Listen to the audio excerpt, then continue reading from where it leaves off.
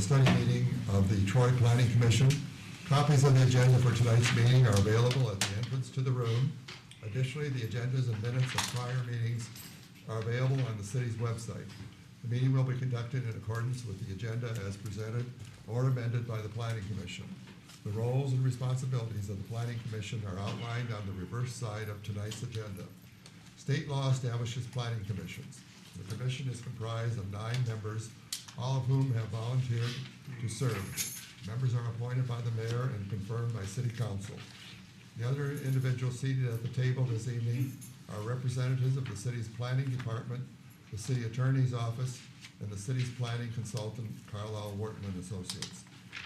If you wish to address the planning commission, please come forward when recognized and provide your name and address on the sign-in sheet. Please begin your remarks by stating your name for the benefit of the commissioners. All remarks are to be addressed to the planning commission and not to anyone else in the room. At this time, I ask that all cell phones, Blackberries, PDAs, or any other device that might disrupt the meeting, please either be placed in silent mode or be turned off. Roll call, Ms. Sarnicki. Ms. Cruz? Here. Mr. Edmonds? Here. Mr. Gottlieb? Here. Mr. Hudson? Here. Mr. Krant? Here. Mr. Zanzika? Mr. Shepke? Here. Mr. Strack? Here. Mr. Tagle? Here. Quorum present. Next item is the approval of the agenda. Could we have a motion? Mr. Tagle, second by Mr. Stratt. Mr. Edmonds? Yes. Mr. Gottlieb? Yes. Mr. Hudson? Yes. Mr. Krant? Yes. Mr. Shepke? Yes. Mr. Strack? Yes. Mr. Tagle? Yes. Ms. Cruz? Yes. Item 3 is the minutes of the June 10th, 2014 Planning Commission regular meeting. Is there any comments or resolution?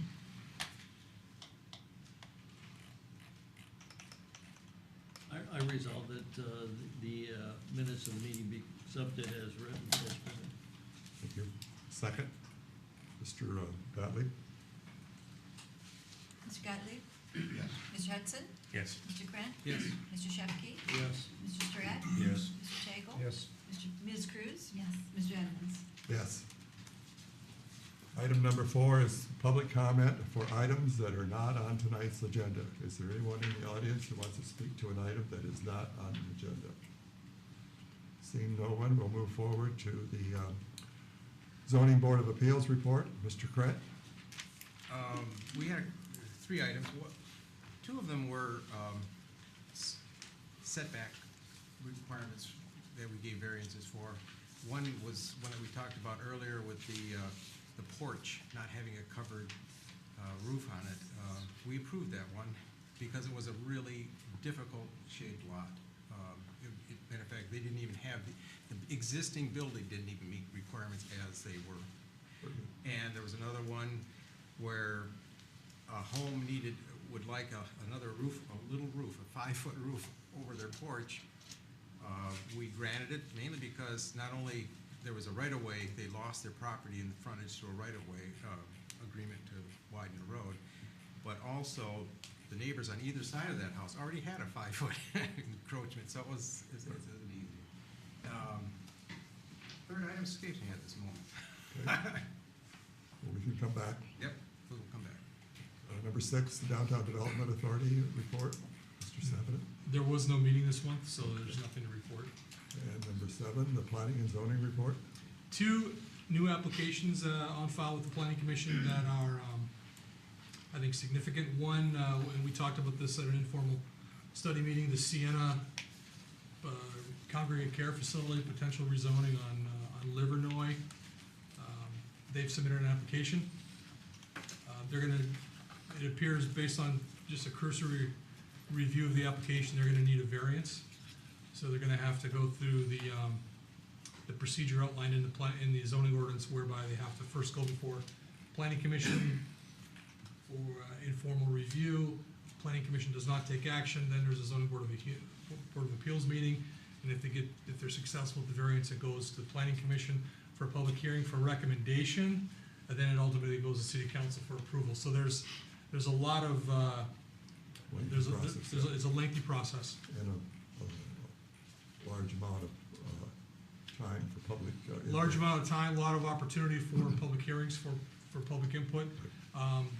There's a lot of people that have expressed interest in this, and based on people coming to the counter, emails, telephone conversations, and you heard at the meeting, people came to the podium and spoke on it, so it's gonna be quite involved. Okay. The other application we just received is for the Kresge Foundation, proposing an addition to the building. So you'll be seeing that. To the historical site? Yes, to the site on the south side of Big Beaver, Okay, just west of Coolidge. thank you. Moving on to agenda item number 8, preliminary site plan application, file number SP 994, proposed Children's Hospital of Michigan, northeast corner of Big Beaver Road and Civic Center Drive, 350 West Big Beaver Road. Section 21, currently zoned BB Big Beaver District. Thank you, and good evening tonight to the Planning Commission. This is the formal application that the Planning Commission first considered at the meeting last month in regards to the DMC site on Big Beaver. Since the preliminary application or preliminary review by the Planning Commission, the applicant has submitted an application for a site plan approval. I do want to note, not to taint the jury pool, I do compliment DMC on their application and compliment their team. They've been a pleasure to work with, and they have actually addressed every single request that we have made of them in regards to the application. So I do want to thank them starting off the discussion tonight. What DMC is proposing, a 62,000 square foot, 3-story, 66-foot tall children's medical center. It's located at the corner of Civic Center Drive in Big Beaver and is adjacent to the City Hall campus. The site is zoned Big Beaver, and the proposed use is a permitted use by right. As required, the building has been placed at the 10-foot build-to line on Big Beaver. However, we do note that a portion of the building has been moved back to 30 feet from the right-of-way line. This is in order to provide a pedestrian plaza in front of the building. This 30-foot setback line is within the parameters to be approved by the Planning Commission as part of the site plan application. That being said, all other form-based bulk requirements have been met by the applicant. In regards to access, the site, the applicant is eliminating the curb cut off of Big Beaver Road, and instead they are placing an additional curb cut on Civic Center Drive. This new curb cut will be located directly across the street from the City Hall entrance. In addition, they're going to provide a secondary access point to the site just north of that new curb cut, and that's actually an existing curb cut into that site. In addition, I do want to note that the applicant is removing the retaining wall that fronts on the site on Big Beaver, and they are donating a portion of that right of way to the city to expand the Big Beaver right of way. The applicant has provided a parking study, and the parking study shows that at peak demand, 196 spaces should be provided on the site. In addition, the parking study goes on to say that a 10% surplus should also be provided. So with the 10% surplus, the total site parking that is recommended for approval by this parking study is 216 total spaces on site. However, in discussions with the applicant and based on their existing facilities, they feel that the 194 spaces that they are showing on their site is sufficient for their use. And as a compromise, they are proposing to provide 22 additional spaces in the form of land bank parking. The land bank parking is parking that's shown on a site plan and can be built if parking is deemed necessary in the future. They do note that the land bank parking is located where the existing detention facility is located. They do note, though, if the deferred parking is ever needed to be installed, they can simply put the detention underground and place the parking on top of that. We do find that the land bank parking is a good solution to deal with this discrepancy in the parking spaces. It gives the flexibility to the applicant moving forward, as well as the assurance to the city that future parking can be added if necessary. Land bank parking is permitted in the ordinance, however, it has to be approved by the Planning Commission. We are recommending approval of land bank parking. Our only condition is that between preliminary approval and final site plan approval, the applicant works with the city to determine what would trigger the need to install that land bank parking, and that becomes an agreement between the two parties. In regards to landscaping, the applicant has submitted a landscape plan. The landscape plan does comply with all the requirements in the Big Beaver district. They are adding a screen wall on Big Beaver to screen the parking that's adjacent to Big Beaver in this location. The installation of a screen wall is permitted, but it has to be approved by the Planning Commission as part of the site plan approval. the Planning Commission is aware, there are design standards for the form-based district. The applicant has submitted floor plans and elevations. The design requirements in this district include the concept of a primary entrance on Big Beaver, additional entrance off the parking lots, pedestrian connections, parking locations, and transparency. We do find that the applicant has met all the design requirements set forth in the form-based district. The applicant has provided a detailed rendering, color rendering, and design concept of the architecture. The applicant is here to address any questions the Planning Commission may have on their design scheme. So in conclusion, we support the development of this site, and we find that the development meets the intent of the Big Beaver District.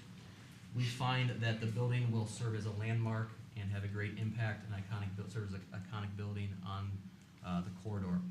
We recommend approval, provided that the applicant work with the city to provide an agreement in regards to the triggering of the deferred parking. Thank you. Any questions for the consultant? If not, is the applicant here?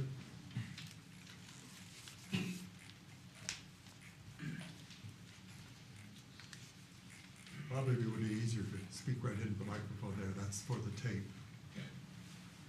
Thank you. Hi, everyone. My name is Larry Gold. I'm the Chief Executive Officer of the Children's Hospital of Michigan. It's very exciting to be here tonight. We believe that this location, a stone's throw away from where we're sitting right now, is a prime location for what we do. For the past 12 months, we've seen about 31,000 children who live in this community and adjacent communities. We believe strongly, and it's a principle of ours, that we should care for children as close to the doorsteps of their homes as we possibly can. This building will be an extension of what we do every single day at the hospital. So the expertise of the Children's Hospital will be very much alive in this building. There are 7,000 hospitals in the United States today, and of those 7,000 hospitals, only about 45 are children's hospitals. And why that's an important point is because every day, all we do is take care of children. That's our expertise. We want to extend that expertise with subspecialists and staff to the people and the families and the children of Troy and Oakland County. We believe this is a wonderful location to be able to do that. And we're very, very excited and grateful and really look forward to the opportunity of caring for your most important citizens who are about this big. So without further ado, I'm going to ask my colleague to come up and provide a little bit more detail on the construction and design of the building. Thank you. Good afternoon. My name is Ron Henry. I'm the Chief Facility Engineering and Construction Officer for the Detroit Medical Center. We're very excited to have this building as part of your Big Beaver Form District. It's been an exciting process. We're extremely complimentary of the staff that the city has had to work with us and our members of the design and construction team and program management team to bring this project forward to you. It's been very enlightening for all of us to understand what the requirements and the intentions are of the Big Beaver Form District, as well as this building on what you call the promenade. So we have members of our program management team with Pine Grant Cresso. We have our architectural engineering team with Parley Ellis Devereaux.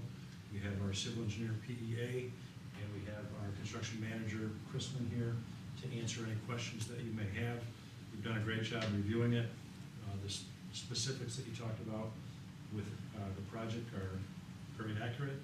The building is an iconic structure that we are looking forward to sharing with you. So we're here to answer any questions. Thank you. Any questions for the applicant? I have a question. Yes, Cory. On the drawings, I didn't see anything as far as signage goes. I mean, you've got some pretty bright colors there, and maybe that's gonna be your logo or your trademark, but, what are you gonna have as far as signage, that the people have the right address and? We will have signage, it will be fully compliant with the City of Troy requirements, and quite frankly, we have not started to design that yet. We know we'll have signs and it'll be within your requirements. So, Well, thank you. Mr. Tagle. Ron, when do you think construction will be complete?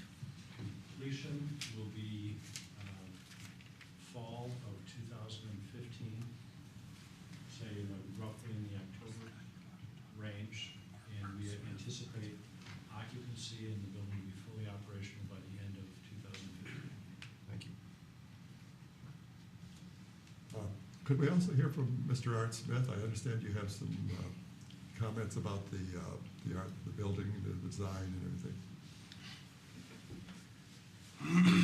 Sure, this is designed for short people, so I Quote now. I can relate to all that. I've been a kid all my life.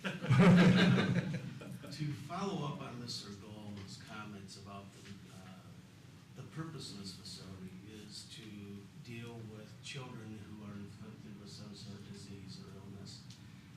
And we all know that going to a healthcare facility is a scary proposition by itself. So when we started working on this facility, we kept the children in mind. So the notion of this being a kit of parts, a toy, if you will, that would be unmistakable on Big Beaver was sort of the beginnings of the thought process on this. The blue box that you see is essentially the main envelope around the functional requirements within the facility, with the red box, if you will, that identifies the emergency department, and the yellow, which faces out towards Big Beaver, is the main entrance, which not only serves the main drop-off for visitors within the parking lot, but also provides a pedestrian entrance off of Big Beaver. The other colorful treatments of the colored glass and the masonry, this is all going to be manufactured or built out of blue glazed bricks with accents of other colors to not only provide a interesting composition for passerbys and users as they approach the building, such that it appears fun. Even issues of the mechanical equipment, which you see on the roof, the orange area comes out and extends out as a projection on the west facade, and on the eastern facade, which faces the Marriott Hotel, the green mechanical equipment then comes down vertically and makes a transition into a screen for mechanical. We knew that this was the past home of Yamasaki, who occupied this land for quite some time, and his office is world-renowned in terms of the work that it produced. So the yellow square, if you can point to that on there you go, is a super projection that comes out of the blue glass box, or blue box, which is very similar to what he had done on his office building that currently, or that previously occupied the site. So we were thinking about a number of different venues as we were looking at this. We know that during the daytime, the glass won't be as vibrant as it appears here, but yet the brick will provide that sort of color and texture. When the children and their parents come through the facility, the sunlight will illuminate the inside, and you'll have a kaleidoscope of color as they make their way to the various exams. At night, just the opposite. The inside will come alive, and the glass will glow of the different colors, such that no matter what time of day or the season, that this building should hopefully be the type of facility that that people can point to that says embraces the Troy zoning ordinance and does it in a way that becomes memorable. You don't have to use an address to find it. So that was our attempt. Any questions? We're here to answer those. It's Mr. Stratt. Are you intending to light up the building at all? Yes. exterior I'm talking about. Yes, yes. You are? Correct. Did you happen to bring any samples? of Yes, the- we did. Okay, good. That might I'd be interested in your brick. Is it block or what is it? It's brick. We're Good. using two sizes. In the masonry world, there's what's called a Norman brick, which is a normal size brick, but it's longer. And a utility brick, which is instead of 2 1/3 inches tall, is 4 inches. I have my own vanity. Yeah, he's better looking. So, this is a mock-up of the blue that you see on the elevations. And these days, you can get the accent colors.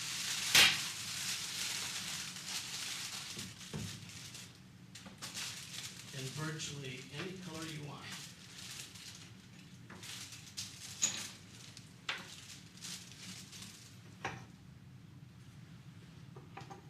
Yellow, lavender, red,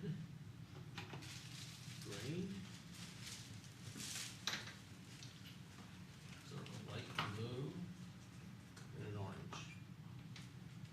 So when you look at those drawings, it wasn't one of those artistic renderings, and really, it's not gonna look like that. No, it's gonna look pretty darn close. And the glass, it's pretty hard, but, you know, maybe that probably does a pretty good job for you, that, it's sort of a yellow glass. We didn't bring all of them because they're somewhat heavy, and orange. So when you see the horizontal bars that look sort of a light blue color, which indicates glass, and you see an area that, for instance, in between the yellow and the red boxes, there's a blue stripe that runs up vertically. Thank you, sir. That is this colored masonry, and the glass would be very close to that color. So it's a composition that not only animates the outside of the building, but also the inside of the building. Will the brick be matte, gloss finish, or a combination? These, the accent colors come with a gloss. By virtue of the manufacturing process, the blue comes more of a matte finish, which is also a nice contrast. And the modulation of the brick, again, we were thinking about horizontal scale, trying to keep it low for children, and such that it doesn't become an imposing sort of institutional building, but one that's friendly and welcoming. In terms of where, a year from now, 3 years from now, 5 years from now, it's gonna look like that. Well, if any of you are familiar with the GM Tech Center, there was an architect by the name of Saarinen who designed the research buildings on that complex. So back in 1956, he used yellow, red, orange, glazed brick. And if you were to go out there now, it looks as good as it did in 1956. So the technology of this product is such that it's very enduring. So 5 years is, it's just, Thank you. Any other questions? Yeah, Yeah, Mr. Stratt. I wanted to ask about the pharmacy. I see that you have that, off of Big Beaver Road. Correct. That's the entryway there. And I noticed there's all glass along that wall there. Obviously, you didn't show that on your elevation there. What kind of seating arrangement are you gonna have in the pharmacy? In other words, I'm concerned about the glass being covered up.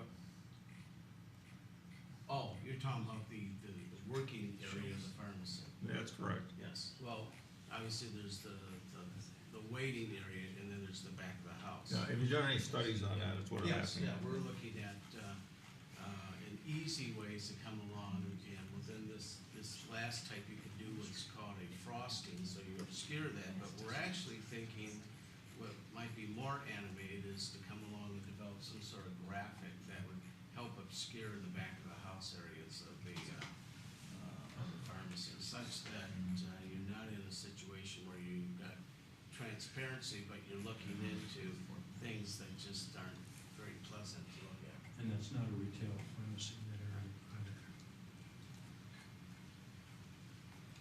Good point, though.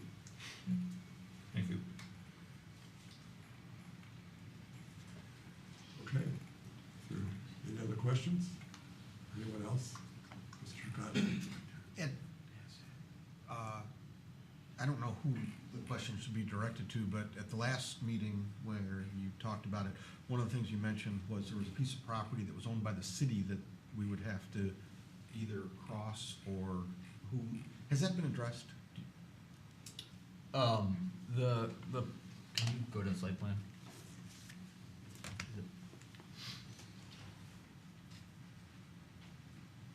So the issue is where Director Saudon's pointing to, we thought that at one point that was city right of way.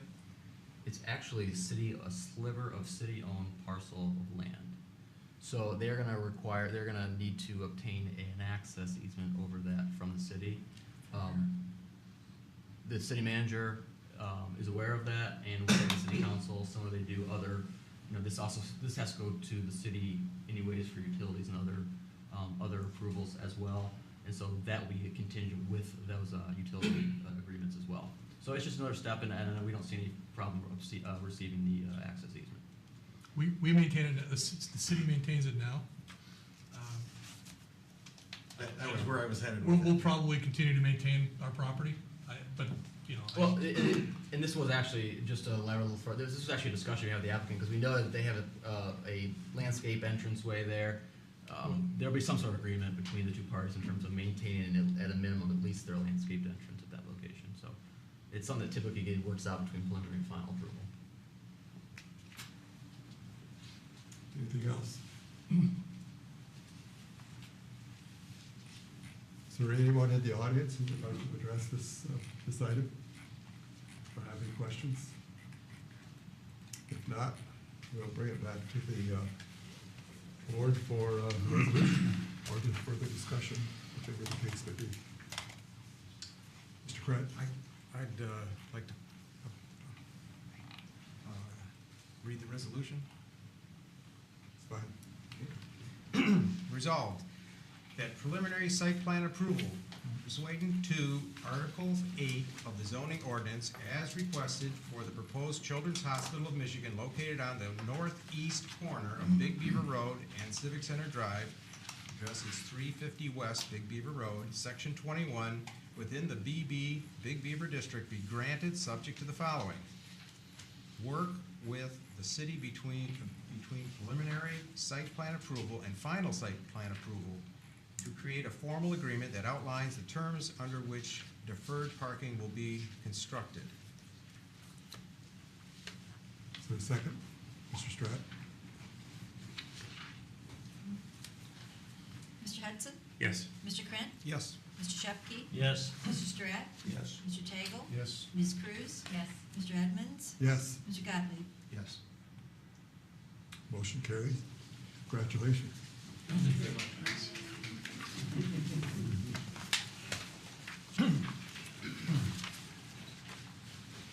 We next move to item number 9, preliminary site plan review, file number SP 995, proposed field and stream east side of I-75, north of 14 Mile, 750 west 14 Mile, section 35, currently zoned GB General Business District. So you, Mr. Carlisle? Yes, thank you, and a good evening again to the planning commission. Field Stream is requesting site plan approval to construct a new store within the Oakland Mall complex.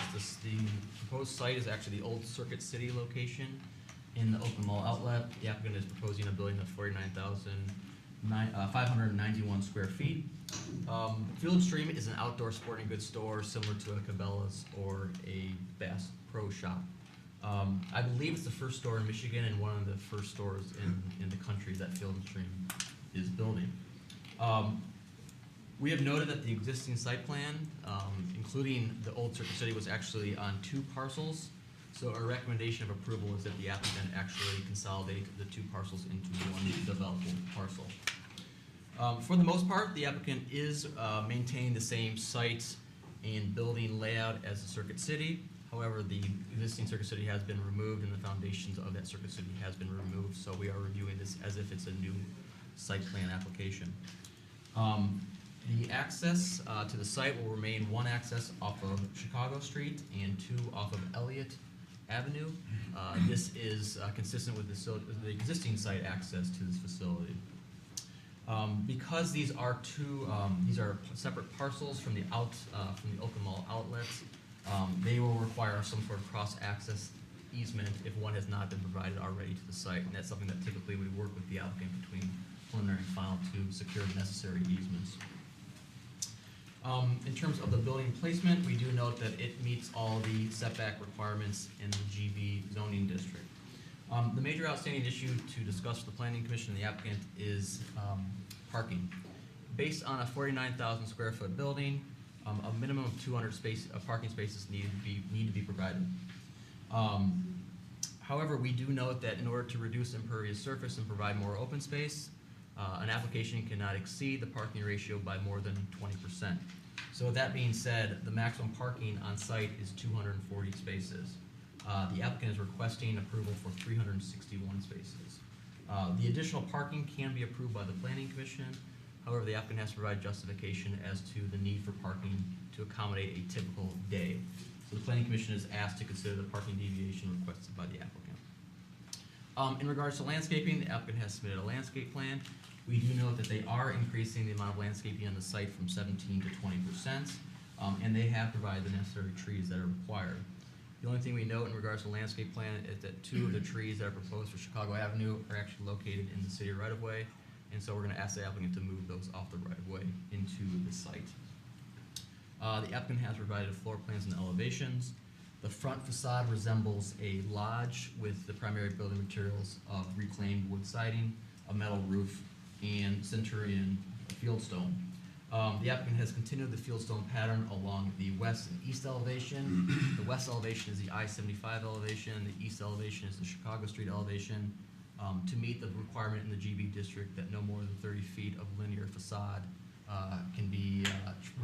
cannot exist without a architectural feature. So they have concluded the fieldstone to meet that requirement. When we first got this application, the side along, the elevation along I-75 looked like this. And so that provision's in place to break that up and take away the bulk and the kind of the monotonous look, and it's really gonna help to kind of showcase this building as you're driving on 75. Yeah. The applicant has submitted a photometric and lighting plan. They do meet all of the city requirements in regards to that. So overall, we do support the reuse of the site, and we do find this will be a tremendous benefit to the Oakland Mall. However, the Planning Commission should consider the parking deviation as requested by the applicant. If the parking deviation is granted by the Planning Commission, we recommend approval contingent upon the following 4 items actually. First is that the applicant consolidate the 2 parcels into one development parcel, that the existing or proposed easements be secured between preliminary and final site plan, that the applicant provide 2 bicycle parking spaces, and lastly, that the applicant relocate 2 trees out of the Chicago right-of-way. Any questions for the consultant?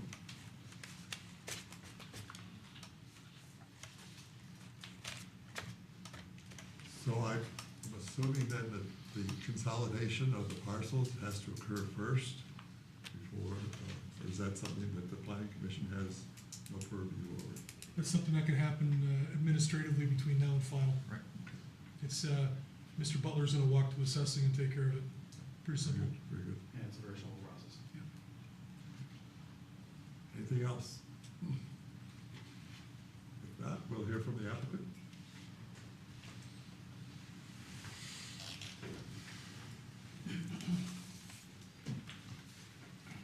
Not quite as dubious as the last one with Children's Hospital, but I think my name is Peter Light. I'm Assistant Vice President and General Manager of Oakland Mall Urban Retail Properties. I think it's a great thing coming to the city of Troy. It's obviously showing that retail is making its comeback after a downswing a few years ago. Field and Stream's a part of Dick's Sporting Goods, which I'm sure everybody knows.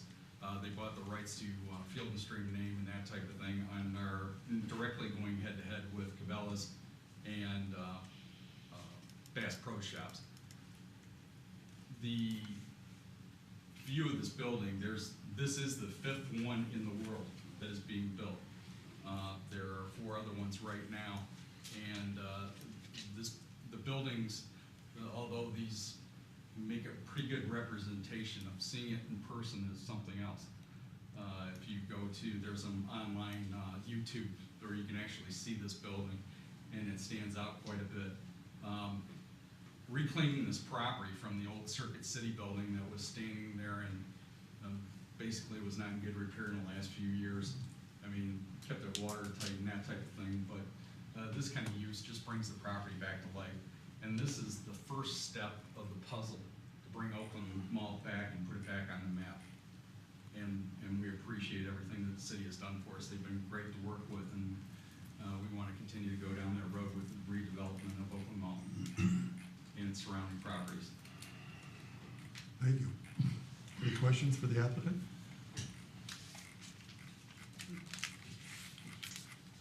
Could you speak briefly to the need for the additional parking on the site? Sure, the additional parking, there's a few issues with that. Is the city, and correct me if I'm wrong on this, anybody, is that we take this property as a whole, the parking as a whole, for the entire parcel of the mall, the outlets, and that type of thing. We have reciprocating agreements dating back to the 60s with Macy's, Sears, JCPenney's, who are our major anchors at the property. We have an easement agreement, basically, and all the parking. You think Oakland Mall owns all the parking at the mall. We don't. Majority is owned by Sears, and Macy's, and JCPenney's. But according to this agreement, we can use all of it and that type of thing. When we start taking away parking spaces, it brings our number down from those agreements that we signed back in the 60s. The city of Troy has a number. What is that number? 1 to 250? 1 to, what?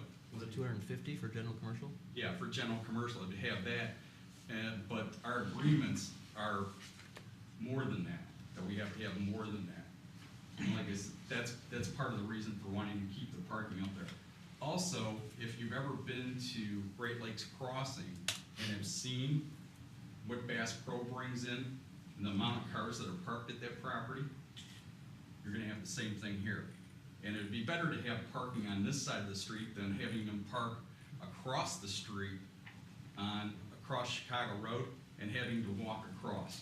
So that's another big thing with that. We have parking also on the property, not only handicapped, but expected mother parking, and that type of thing for people with special needs and that kind of thing that need to take place at the mall. So hopefully that answers that part of the question. So they're asking for how many more spaces than what the city calls for? Well, there's a two answer to that. One is the minimum parking is 200, the maximum parking without a deviation is 240, and they're requesting 361, so 121 spaces over what the 120% allowance would be. Mr. Tagle? You said this was the 5th store in the country? Yes. The other 4 stores, what kind of parking do they have there? They're actually at this number and over. Okay.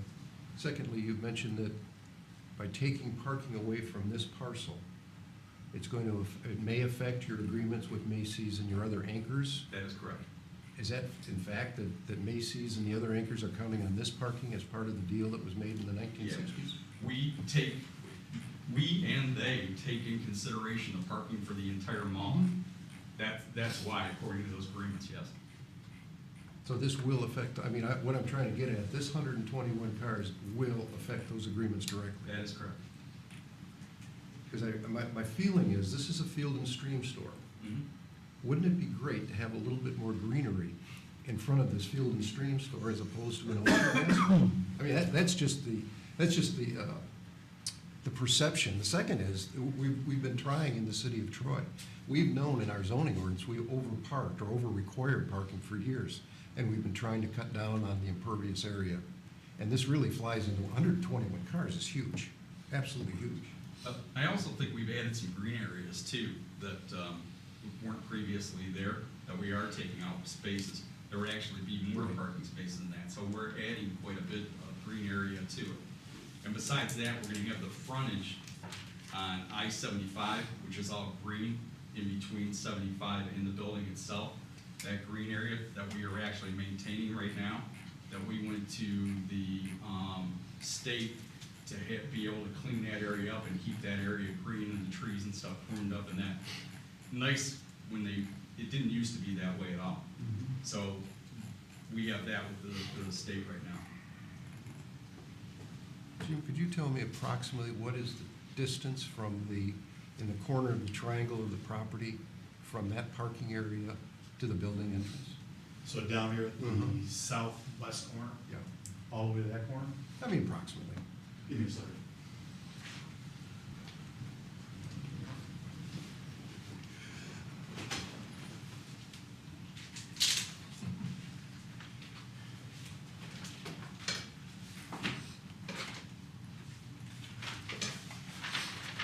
While he's doing that, the entrance is on the Chicago Road side of the building? The entrance is on Elliott Avenue, which actually is not a road, Right, right. it's a drive or, That's right. which. So that would be to the east. No, so the front entrance is right located Oh, okay. here. By ordinance, because this is a public road, this technically is the front setback. The building width is 230 some feet. Probably 300, 400 feet. Yeah. Right. So 235 feet is the width. What'd you come The up width with? of your building is 235 Yeah, feet. I came Now, about just using that. 360 feet from that corner out. Also, I want to bring out a little bit of information. We did ask Phil to show about some counts for their stores. Their most recent store is in Erie, Pennsylvania. Right. And we did get some data, and then what it is, it's counts into the store on a daily basis that they keep. For a month or for a week, you range from 21,000 to 26,000. Is this On a day, individuals, Jim? Lowest, you have 2,700. Are these To a individuals, high of Jim? about 8,000 people. Are these individuals? These are individual counts, right, right. So if you look at, let's say, 8,000, you divide it by the amount of hours they're open, like on a Sunday was the date, on a Saturday so they're open for 13 hours. That is about 623 people per hour coming through the store. So that's if you work the math, if people are in there, you're gonna have an overlap, and 240 isn't gonna cut it. I'm not sure what the parking count is for employees who, I'm not sure what that is. is it I 50, don't 40? So I would say it's probably more to 40. They overstaff their stores. So, Mr. Stratt? We just got through saying there's a good football field distance there. The one thing that I've noticed here is there's no actual trees or anything in the islands. They're all on a perimeter, and that's the one thing we're trying to discourage. We're trying to discourage the sea of asphalt by breaking up the umbrellas and having a little shade and everything else, especially as it relates to the building itself and what it's trying to say. So to me, I think that, I don't mind the overs, but I think we've got to really take a few cars and really get some landscaping in the entire sea of asphalt. The other thing we're I, not accomplishing that with the landscape plan. Now, I see the landscape plan, I see it right in front of me here, but you've got it all along the boulevard there. You don't have any in the island. Did you bring up the landscape plan? I'm looking at it right now. I'm just asking Mr. Seven to bring it up so we Oh. can look at it. There it is. Hold 1 second. There it is. No, there you go. It's all around the ring road. There's some, There are interspersed within the island. Over there, yeah. Look at the 300 feet that we're talking about. Right around the front of down Chicago Road, Yeah. down that whole width there. I'm not talking about that. I'm talking about on the west side. Look from the west side east. Plus, from the there's trees expressway. already on the I-75 side that aren't shown there, that are in the state of Michigan right away. What I'm saying is right here, as you drive by, this whole area is a sea of asphalt. you don't have any landscaping in here There of are any existing size, trees. that There's already really is existing comparable trees. to what you're talking about doing along that side. But there, can I come up and point at it? I got it. So you can go ahead. And there are existing trees there. Are those bushes or trees? Those are trees, How come the other trees are so large in comparison? because we're showing them as proposed, the differential between existing and proposed. Then there's Those are also, existing trees there? Yeah, those are existing trees. I wanted to, can you, they're not shown on the landscape plan, existing trees, they're labeled as, your trees are shown as, with Nikon, these aren't shown with Nikon. Yeah, that's Existing what I trees was to looking remain. at when I Are they looked at it. trees or? Existing trees to remain. then there's also the I-75 easement right here with I-75. There's trees along this area too. But it's not in the asphalt area, the sea of asphalt is what I'm talking about. That is correct, it's not in there. Yeah. But there I is, see the there count, is the that, small. that green belt area that we're keeping up according to the state of Michigan with them on that area. See, the circles that you were making reference to, I assumed was the number of cars that you had in each one of the islands. No. Not as a tree. Those are trees. I'm looking at your landscape plan right here. See the note Blow it down, up, can you blow that up? see the note down at the bottom, says existing trees to remain. Am I right? See that note right there, it's pointing to these. I'll blow it up. I assume plus plus. It's still not in, they're still not in the sea of asphalt, is what I'm trying to point out. But like I said, along that I-75 side, which I've got an agreement with the state of Michigan, that I maintain that area, and there are trees along there too in that easement area. I fully understand that. I understood your comment, but I'm still concerned about the sea of asphalt. Okay. There's three. Would you be receptive to putting some trees there? I think I'd be receptive to voting for it, but as it is right now, it's just a whole sea of asphalt, which is we're trying to discourage. That, if I can put them in there, can I do that without? Yeah, we could probably do that. You can put a dozen in there? A dozen? I'm not How sure about I if split the that's difference with you and say a half dozen, and I'll put in as many as I possibly can. You know, I agree with Mr. Stratt. That's an asphalt jungle out there without any foliage, and he's absolutely right. We've got to fill it in with some greenery. Well, if I can do that, I will do that. I'll give you a half dozen. If I can do a dozen, I will do a dozen. I don't think we're into the bargaining stage. I'm not I think either. make a I'm just- I proposal don't- and we'll take a look at it. I don't have, you know, can I do that, I guess, if you can tell me. We put a dozen. You take out 10 cars, 12 cars, I'm sorry. Make an island in between the parking. That's one of the You other. know what I'm talking about, you know, you just take out 2 cars, put 2 trees in between. So somewhere, I think this is a big step. I'm not trying to read. Take out 2 here. I don't want to get into that, you know. somewhere in here, Mr. Shred. Got some greenery between. Well, do it, Are you talking way here? across. When people look at this. All the way they'll across, say, I'm just saying, what you do is, give me here.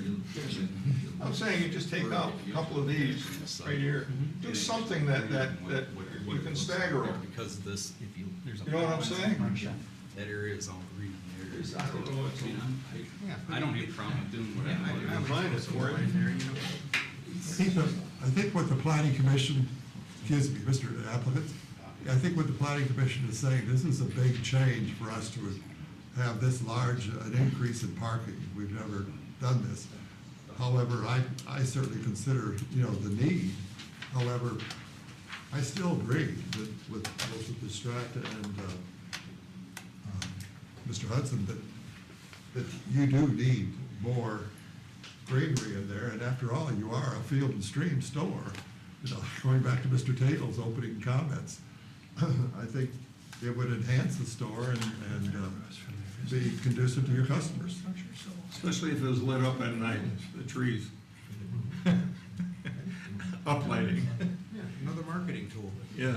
Because all the rest of the parking to the south of that, you're looking at Macy's parking, et cetera, that looks like a sea of asphalt. This looks like an oasis. Let's make it an oasis. We would be willing to add those islands, Mr. Stratt. Okay, thank you, sir. The other question I had was, this is for staff. Aren't there supposed to be sidewalks leading up to the entrance from some of the major parking areas or not? Is that there? Well, there's a sidewalk with a direct connection from the public right-of-way. That's the only requirement. That's off Chicago. Remember, Elliott is not a public right-of-way, as well as there's no requirement for internal pedestrian striping unless the planning commission finds it's necessary, in which it can make it a condition of approval. Well, who's someone who sometimes suffers from early dementia. I would like to know where I parked, and is there gonna be any kind of coding in there? If I have to go 400 feet, is there gonna be any kind of a coding from where, the person who parked and remember where his car is? Like they do have in the mall areas, so. Like AA, AB, AC, that kind of thing. I'm looking for the shuttle bus. Yes, I can do that. Remember where we. Do you have a shuttle bus? Yes, I can do that. No, I don't have a shuttle bus. I like that. The tram? Okay, We can do coding, that's not a okay, problem. thanks. Mr. Chepke. Yeah, Mr. Chairman, and applicant, I think if you took some of the trees, probably from over on Elliott, or a couple of those trees that are in the easement, and you put them out there, that would really showcase that store.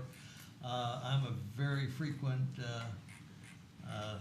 attendee out at the Bass Pro Shop, and I know that We'll get parking you in lot, here. This- that parking you'll like lot's this a lot packed. And, so I understand your concern about getting the people as close to the building as you can. You're gonna get thousands and thousands of people a day coming down I-75, and with the facade on the front of your store, that's gonna pull their eyesight there. And those extra trees, I think they'd really be helpful to you. Like I said, we'll do the islands as, So put those islands in. we'll put those islands in. Especially if they're lit at night. Yes. That's very pretty. I like that remark, Tom. Yeah. Mr. Garland. I just have a point of clarification for the applicant and the planning commission. If the condition of approval is putting the island in, can we just get a sense of how many, I mean, is it one island, is it multiple islands, just so we know what to be looking for with the applicant? I think we agreed to 3, is what we talked about. 3 islands. How big? Well, they take up a parking space, Mr. Carlisle. So typically, what you would see is, something, I would think, here. So both those Here. parking? Right. Total six total parking spaces? 6 total parking spaces, 3 islands. Okay. So we put 2 trees in each island, there's 6. Stagger them, okay? We can't stagger them, Todd. Yeah, don't put them all in a row. I don't want We'll figure out something. We'll figure it out, it makes it aesthetically to, appealing. got an engineer that we're dealing with. Okay, any other questions from the planning commission? We'll open it up. Does anyone else from the audience have any comments? If not, we'll bring it back to the planning commission for a suggested resolution.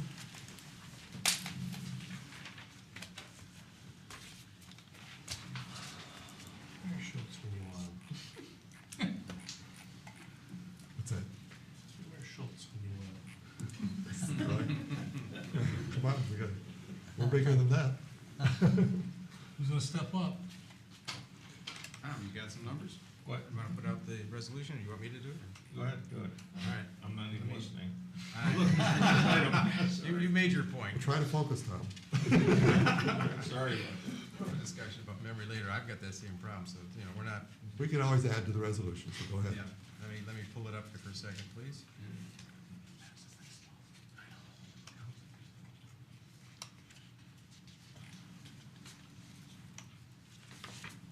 Okay. Resolve that preliminary site plan approval pursuant to Article 8 of the zoning ordinance as required for the proposed field and stream located on the east side of I-75 north of 14 Mile Road. The address is 750 West 14 Mile, Section 35, within the GB General Business District, be granted subject to the following.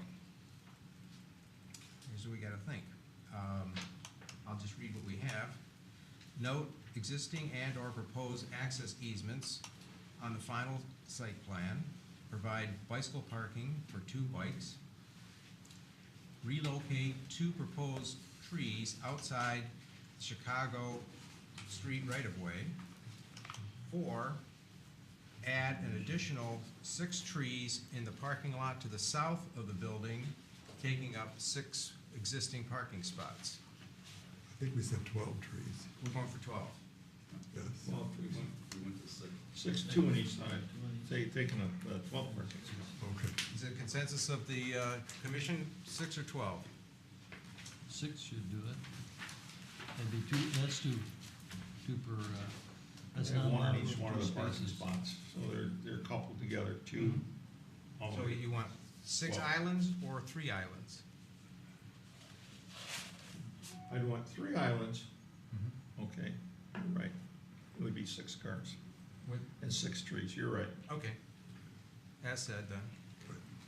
Any other additions to that resolution? Yes. Consolidation of the parcels. prior to- Oh, yes, and, yes, definitely, and consolidation of the 2 parcels. Prior to final. Yeah, prior to final approval. Any other additions before we get a If second not, on I that? think, I'll is there second is there a second? Mr. Stratt? Sorry, but Okay, I think we're ready for a resolution, or a vote. Kathy? Mr. Krant? Yes. Mr. Shepke? Yes. Mr. Stratt? yes. Mr. Tagle? Yes. Ms. Cruz? Yes. Mr. Edmonds? Yes. Mr. Gottlieb? Yes. Mr. Hudson? Yes. Thank you, gentlemen. Unanimous site plan approval. Thank you very much. Congratulations. Appreciate Thank it. you, gentlemen. Thank you for choosing. Can I address one more? Thanks, guys. Do you have a second for me? Okay.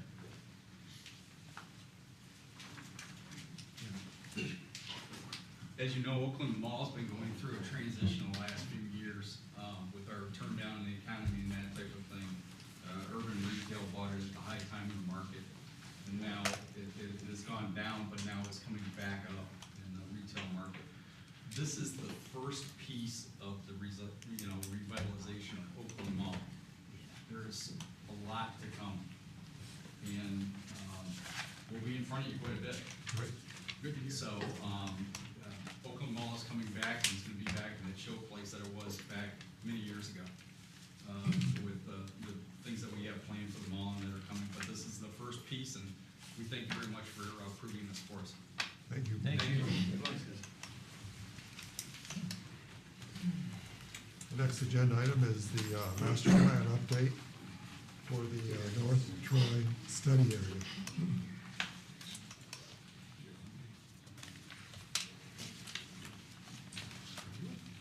So we had a real estate forum in April, and many planning commissioners attended the real estate forum. We invited other stakeholders, property owners, residents, designers, engineers, realtors. Had, I think, a pretty good, we had a very informative discussion, a very informative presentation, a lot of takeaways. That was kind of an unofficial kickoff to the master plan update process. As part of the process, we're gonna be completing 4 sub-area plans. And the first sub-area plan we're gonna be talking about is North Troy, and we're gonna talk about that for the first time this evening. Ben, pick it, and I'm gonna be chiming in as Ben presents. Yeah, thank you. This is supposed to be a working session, so I want to try to keep this as informal as possible. So please, stop me, ask me any questions, give me thoughts, recommendations, as we move along. Before we start, I want to introduce Alex from our office, Alex Nankovic. She did a lion's share of the work on this plan, so if you like it, she gets all the kudos. If you don't like it, you can blame me. So, but I really want to thank her for her help on this. We're real excited to present the plan tonight. As Brent mentioned, this is the first of 4 sub-area plans that we're doing for the city. The purpose of these plans really is to examine each area in greater detail and really build on the policies that were adopted as part of the master plan that was adopted in 2008, but really focus on creating priorities and strategies that affect change in this area. It's more of an action and implementation plan than your typical master plan that you would go through. With that thought in mind, each plan has a action plan at the back to kind of track progress as we move along, and I'll talk about that in a second. But one thing I do want to note is this is really the start of our outreach process as part of the master plan. We are in June. Everyone see my red dot here? So As Brent mentioned, we started with the real estate forum in April. It was well attended, a lot of good positive energy came out of that. What we're also doing is we're creating a master plan website, basically a project website for the project that should be launched within the next couple of weeks. And then between June and September, we want to bring in front of the Planning Commission the 4 separate sub-area plans for Planning Commission consideration. After that, in September and October, we're going to meet with neighborhood associations. We're going to hold between 2 and 4 of them. We're going to start meeting with the presidents of each neighborhood association to discuss issues within their particular neighborhoods. The main focus of those obviously are going to be geographically based on where they are in the city, but also is to address issues such as economic development and transition between commercial development and single family, which has been a hot button issue that the Planning Commission has had to deal with recently.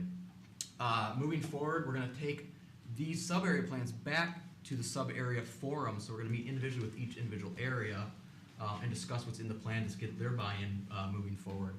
And then the goal is to bring it in front of a joint Planning Commission and City Council meeting in December with hopefully adoption sometime in early 2015. I do want to also highlight, we are actually adding a different new step this year that we hadn't done before, and that's to actually have a high school forum. We're going to go and work with, we haven't determined who, but maybe the civics class or something in the high school, both high schools may send representatives. We're actually going to get to talk to them about what their issues are, what they want to see in the future of Troy, and kind of get their thoughts, because it's a different and hopefully a creative market we can tap into in terms of how they want the city to grow in the future. And would, you know, as in terms of meeting state requirements, you know, you need a public hearing, a couple public hearings along the way, and you're done. But inviting people through a newspaper article to come to a meeting and walk up to a podium and speak in front of a board at a dais, it's not the best way to get public input. It's very intimidating. It's very overwhelming. So we're trying to be creative and come up with ways to engage the public and get their input and inform them. So that's why we're going to try to use the website to inform, also to get input. And the neighborhood associations is I think a really kind of a grassroots way to reach out, get people involved in a comfortable setting, not too intimidating or overwhelming, and really try to get input that way. So we're trying making efforts to just think a little bit differently in terms of how to engage the public and how to get people to participate. And so when we started drafting this plan, we started putting down strategies and priorities and strategies and actions into place. We realized that as this is rolled out to the Planning Commission and the public, these might evolve, and they probably will evolve. But we wanted to get something on paper for people to react to, rather than just this vacuum of what do you want to see, what do you want to happen. We wanted people to be able to react to this plan. So that's the idea that we have put into motion. In regards to North Troy, the boundary of our study area is the same boundary in the old master plan in terms of the North Troy boundary. The primary roads are obviously Crooks Roads and Long Lake Road, as well as there is an access to I-75 that runs right through, bisects essentially the middle of the study area. The use in the area is predominantly and almost, I would say, exclusively office and business park uses. And really, it's really an employment node of the city. There are over 200 businesses right now, according to the latest census, and more than 5,000 employees that actually work within these boundaries. But it's also important to remember that this is really almost smack dab in the middle of a bunch of neighborhoods too. I mean, you've got neighborhoods adjacent on all 4 sides of this node. So we need to also recognize the fact that there are a number of residents that actually could be served by this area too if we were to expand some of the uses in the area. And that's one of our strategies. So when we had the real estate forum, there were 5 strategies that came, or 5 recommendations that came out of what people were talking about. And these are consistent with what we've heard in other discussions with people in regards to this area. The first is to establish more convenient uses such as restaurants, retail, and daycare. Basic everyday services to serve the employees that are already in the area, but also service adjacent neighborhoods that they can go to this area to meet their daily needs. Experiment, I'm not gonna use that word because I always say it wrong. Experiment with placemaking, food trucks, pedestrian improvements, more amenities to the workforce. People talk about this area, it's very well landscaped, it's very well maintained, but it has no life to it. It has no sense of place. It's just kind of a drab, boring place to go. And so the idea is to create incentives to bring people to the area and make it more vibrant, vibrancy. The third was to increase the flexibility of the current zoning to widen the development of potential uses. It just kind of gets back more into the convenience uses, because it's very hard to do retail by zoning in this area. Encourage more parking structures. I'm not sure how we would start to do that, and that's something we didn't really address in the plan, because I think right now it's actually overserved by parking, so we don't want to encourage additional parking in the area. And lastly, encourage quality stormwater management. And this will also, that concept will occur as development occurs in the area. Anything you want to add, John? So with that in mind, we created a vision statement. And the vision statement really recognizes that this is an employment node of the city. It will be, and it always really has been. But we need to recognize that it also needs to evolve as the worker, the environment, the working environment evolves. So there's really two concepts and fundamental aspects to the vision statement. The first is this has to be a dynamic, high amenity employment district. We have to provide more amenities to the worker than just simply going to their office, parking their car, walking, and then having to drive down to Big Beaver to get lunch. And part and parcel, as the second concept, is that the area has to provide a more balanced mix of uses. This will be an office district, it will be an employment district, but it also can be served by additional uses to really supplement the employment aspect of this area. In addition, we also, like I said earlier, we need to recognize there's neighborhoods adjacent to it. We can serve those neighborhoods too, because there's really no convenient shopping area for many of those residences, other than if this area was to be provided with additional services. So with that being said, there are three priorities that we've established for this area. The first is to provide a compatible mix and vibrant mix of uses.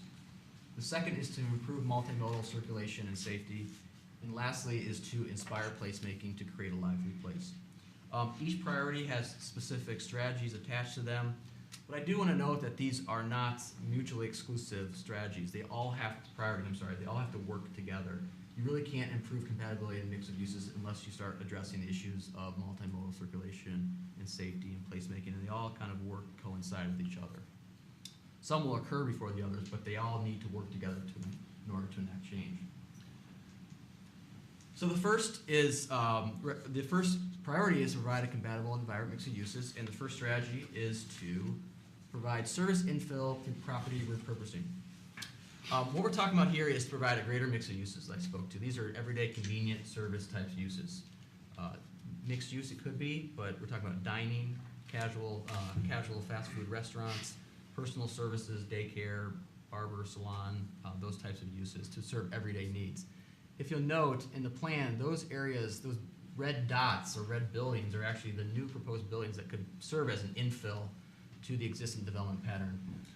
We're not carving out new development areas except for one portion. These are really the infill to existing development sites. These are parking lots for the most part of existing buildings. If you will note that the infill of these buildings actually creates a much more consistent development pattern in this area than the kind of sporadic, put your building in the middle of a parking field and let people walk to it through a parking lot. It's trying to create some kind of consistency to the area. So presently, our only retail and restaurant is right here. Right. That's it, and we've got an approval there's been a conditional rezoning here, hotel, and some retail, McDonald's and some retail, but that hasn't been constructed yet. So this is all we've got right now.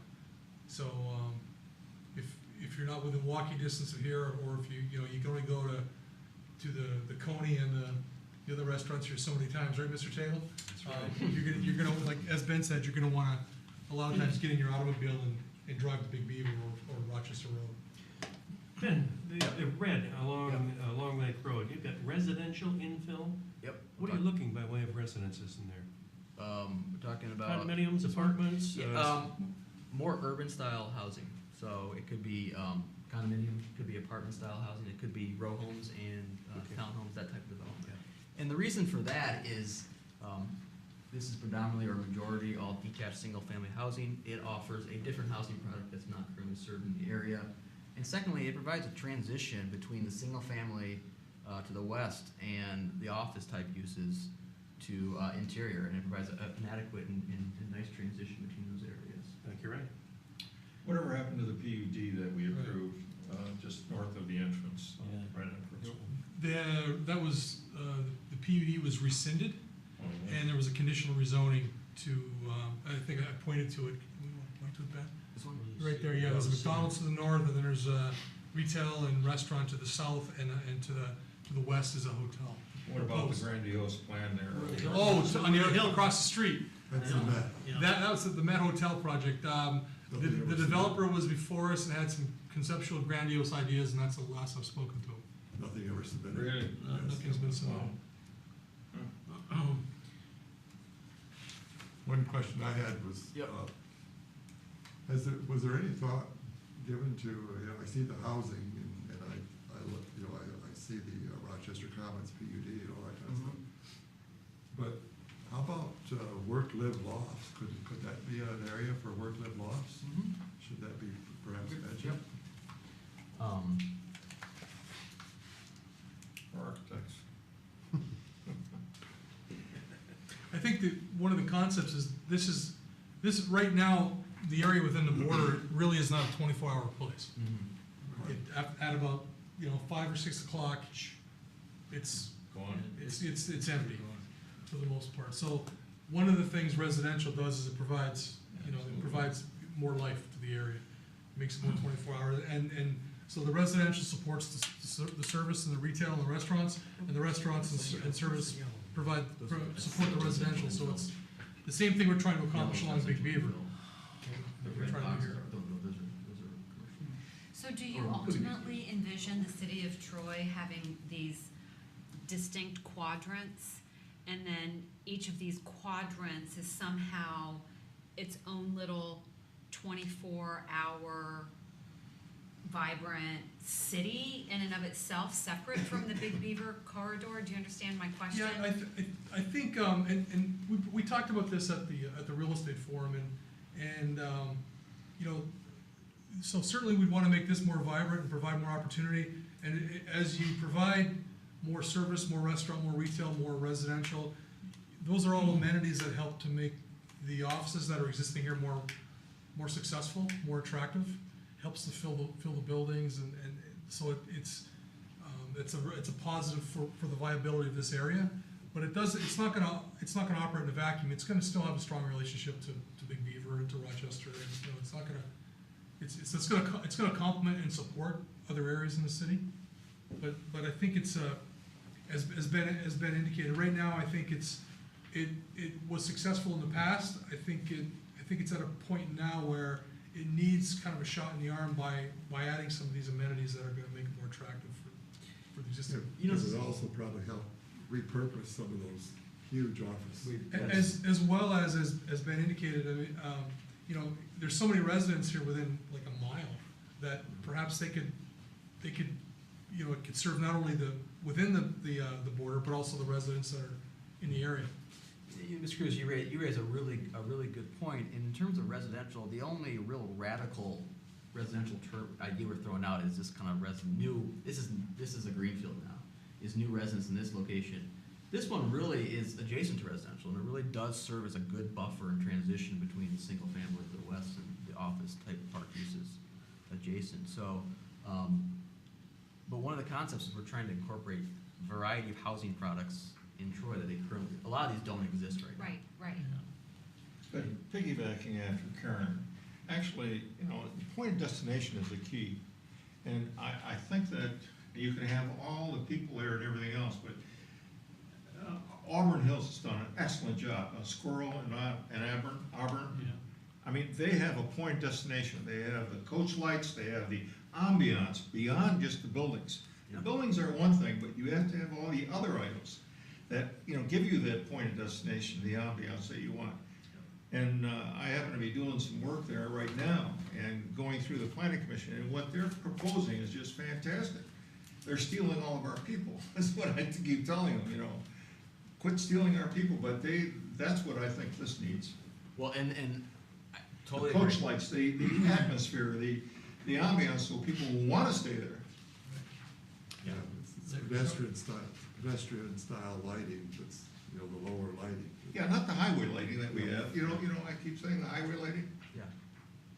Couple of points I'd like to make. One of the things about what Tom said about the streets, we have a lot of streets that are shaped just right. It's not the straight, Yeah. street, it's the streets that are gently curved, and if you downsize them or slow the traffic down with some of these, green amenities like you're gonna speak to in just a moment, I think that'd be a great, I think the basis is already there for that. Secondly, there are a couple of restaurants that, like, for example, Red Robin, that place is busy all the time. So I think the kind of restaurants or draws that we want to put in there shouldn't be the kind that are competing with the stuff on Big Beaver. That's a different market down there. Down here, I mean, you just see, a lot of families are, like in there. I don't know how the restaurant's doing next to the Met. I know there's a new, The northern. Lucinos? Northern Fish. Oh, like the Stephen Northern Lakes Fish, or it something. moved from Bloomfield at Yes. Long Lake and Right. Woodward. I don't know how they're doing, and then the Italian one that you're speaking of, that Northern restaurant's Lakes. always struggled Yeah. to succeed, and I don't know how they're doing. But I think if, I think if we're kind of directing our efforts to the market that would be attractive to the families that are in the area, there's a better chance of success. Ben and Brent, Yep. one of the things over a year ago, we talked about the studies that have come forth that talked about the aging population in Troy and how it's going to, it's just going to quadruple almost over the next few years. I like the idea of putting housing in with commercial businesses along there, but we have to me, the people we're trying to attract are some of your seniors and your millennial. What's the proper term? Millennials. Millennials.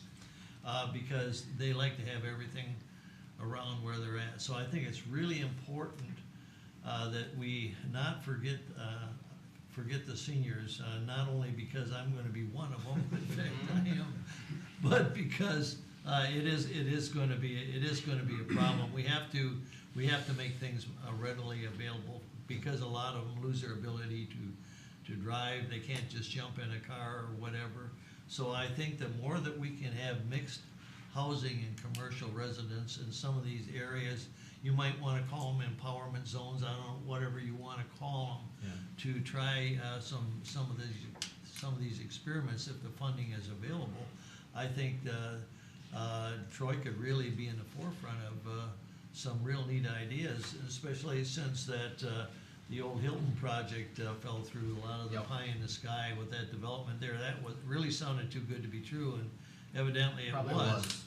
But the idea of, you brought out earlier, Ben, and going to schools and stuff like that, I don't think that's the place that you want to come for the input. I think you want to come with it, I would say, at a college level, because those are going to be your millennials in the next few years, and try to, we got to find some way to bring in the aging population with the millennials. I've got a grandson that moved in with me, and he was out in the boonies in Roscommon, and he says, he just can't believe everything. He says, I'm never moving back to the country again. I can walk here and I can go there. And I mean, he's just absolutely amazed. Right. And this is the kind of people that we have to try to bring in to the city of Troy to make it viable. Right. So Right. I like the idea. We have almost a blank sheet of paper with some of these areas in here. And if we can come up with the right plan and get enough input, boy, this is really gonna be we can do some cool things here. Yeah. I agree with what Gordon just said. However, I would also disagree with the fact that we should never discourage public input. So Oh, no. some high school students, Hey, we've got a great shining example, second place in the nation, Right. right here. Well, that part's true, but I don't think that should be your prime driving force. What we have to do is get a lot, but we have to meet the needs of the people that also that are going to be in the forefront in the next 5 to 10 years. Call it a 10-year business plan, whatever you want to call it, to pull these people in, and so they don't go to Auburn Hills, they don't go here, they don't go there. but Gordon, we also, sorry to interrupt, but we also have a lot of high school students who serve on other committees. Oh, absolutely, nothing wrong with that. Nothing wrong with that. That's why I would not discourage their input. Oh, no, absolutely not, no, but Very good. Someone else? I had to. Mr. Craig. You know, I realize, and thank you, Alex, for this layup. I realize this is a schematic, and it's not, once we look at this, and we lay it out, a developer comes in and says, okay, I understand what you're trying to do, and here's a couple of plans, just like the other guy with the Met thing. But what I'd like to say is, there's no central meeting place, there's no, like those examples I gave last month with Atlanta. They literally developed sort of small town America inside of a city and all over the cities. And this could, we're doing that same kind of thing in a way. We're creating these little mini cities within Troy. And what I'd like to see is some park stuff, some public amenities, some shopping along, and winding roads, and all those public, art, those kind of things. I realize this is just a block diagram, and I understand that. I'm not knocking this, but I'm just saying when the developer comes in, I would like to see, roads that go right through, or walkways winding through into those retail areas, so that there's not like the typical Euclidean zoning. This is the residential, this is the commercial. Really. You must drive there. Right, yeah, and you must drive, yeah. So that's all I'm saying. I realize this is schematic, but I'd like to just take all of it, just throw it up in the air and re-scramble it so it all becomes integrated. Mixed use, real One mixed of my use. questions to Mr. Savinett before the meeting started, it's too bad we don't have some type of a public park that could be developed with some of those things like you're talking about. And a developer could do that with, how we dictate land use, so. Are we going to hear something about the road diet? Yeah, I- we're getting there. I like the road diet. Yeah. We're loving the All whole right, thing. so part and parcel of that is also improving multimodal circulation. We have 3 strategies. The first is a road diet, and I'll get to what each of these are in a second. The second is a mid-block, pedestrian mid-block crossings, and the third is greater landscape buffers and setbacks.